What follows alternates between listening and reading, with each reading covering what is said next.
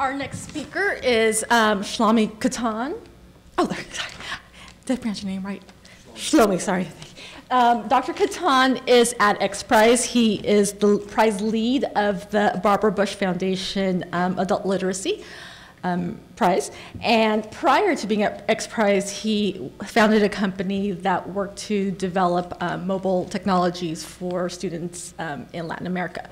And more importantly, he's from our big brother school, Go Bears, and Berkeley, and where he was a Wenner Glenn Fellow. So, please. Thank you, Gurley. Good morning. How are you? So I'm not going to take you all the way back to 1983 like Dr. Doctorman. I'm going to 1985, and I really was just about 8 years old. I was 7.5.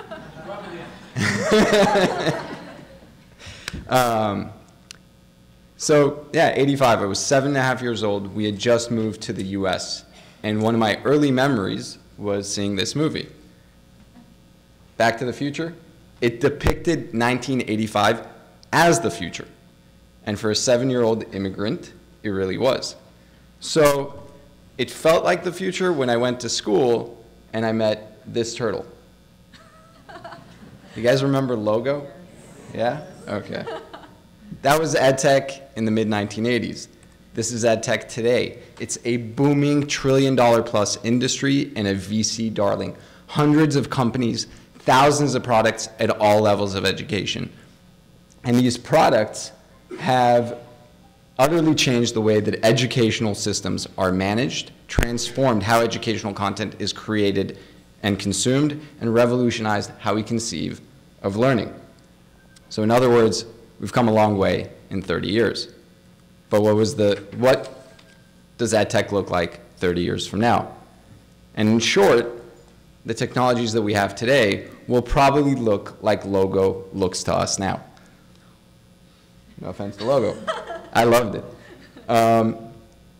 Today, the ed in EdTech is a qualifier. The technology, for the most part, has been developed elsewhere and is now being applied to educational ends. We have social networks for education. We have ERP for education. We have YouTube for education. Education essentially is catching up to a changing world, and the innovation is exogenous. Tech for ed is an applied field. In a future state, education will be the thing that breeds new technologies, not the other way around. The big breakthroughs will come from solving educational problems first and applying them to other fields later. And I'll give you an example of that shortly. Now, of course, to be clear, none of this works without making technology ubiquitous, right? Without making it available to everyone. This means moving away from a device-centric model, which is what we have today, to one where technology is embedded and freely available. And that might be a Back to the Future EdTech fantasy, but it's one that we should work towards. So, what does this mean? This means to me that education, more than any other sector in the tech industry, has an opportunity to change how innovation is generated. The Silicon Valley model of innovation is essentially a trickle-down model. You create a product that wealthy, tech-savvy consumers will want and can afford, and then you hope that it later becomes ubiquitous because it's creating its own market. But what if we followed a bottom-up approach? If we strive to solve the most inveterate problems, everything else becomes seemingly easy. Take adult low literacy as an example. This is a problem that my colleagues and I at X Prize are working on. There are 36 million adults in the US who read at or below a basic level. But it's a problem that's not getting sufficient attention.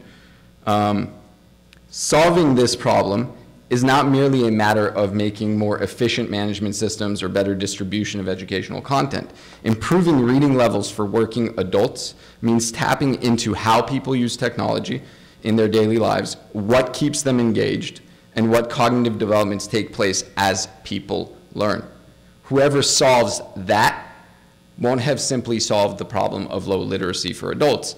You're tapping into a much bigger set of issues about how people engage with technology and how they engage with the lived world. That's a big solution that goes from education to the rest of what we do in our daily lives. So how do we do that? Well, first, to get there, we need to accelerate innovation. And one way to accelerate innovation is what we do at XPRIZE. It's large incentivized competitions that allow people to tackle challenges that they wouldn't otherwise tackle, in which the free market is not addressing. And the Adult Literacy XPRIZE is an example. This is an area that today is generating about $1.2 billion in investment, but when you compare that to the $1.3 trillion in ed tech as a whole, it's relatively small, and most of that investment is not in technology, it's in services. The second, and this is where we dream, is the second way to accelerate innovation is to dream big and solve the impossible problems. Tackling these challenges, the types of challenges that are indigenous to education and which technology can tackle first, will be the way to accelerate innovation in the future. So to wrap up, 30 years ago, the promise of EdTech, as Dr. Doctorman pointed out, was to make learning more fun, to engage students in those subjects they didn't otherwise learn in school. The promise of EdTech today is really a matter of improved access and individualization. It's better systems, better efficiency, better learning. The promise of EdTech in the future is to be the fountain of technological innovation.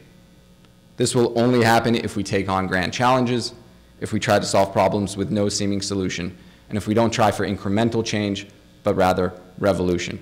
In other words, the future is awesome. Thank you.